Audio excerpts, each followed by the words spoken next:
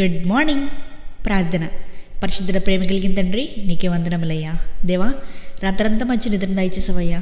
ఇలా ఈ ప్రొద్దునే లేచి ఈ మొదటి గడియ నీ చేతిలోకి పెట్టడానికి మాకు ఇచ్చిన ఈ భాగ్యాన్ని బట్టి నీకే వందనములయ్యా. దేవా, ఇదిగో అయ్యా, ఈ రోజంతటిని కాచి దాచి కాపాడండి తండ్రి.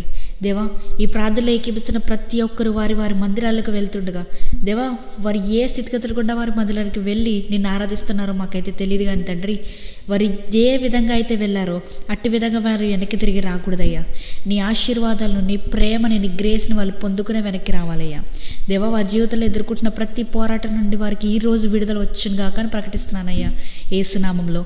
ఇది పొందుకున్న ప్రతి ఒక్కరు కూడా ఎలా నిన్ను స్తుతించకుండా ఉండగలరయ్యా. దేవా, స్తుతించే భాగ్యాన్ని దయచేయండి అయ్యా. ప్రభా, ఈరోజు మిమ్మల్ని స్తుతిస్తున్నామంటేనే అది నీ కృప దేవా.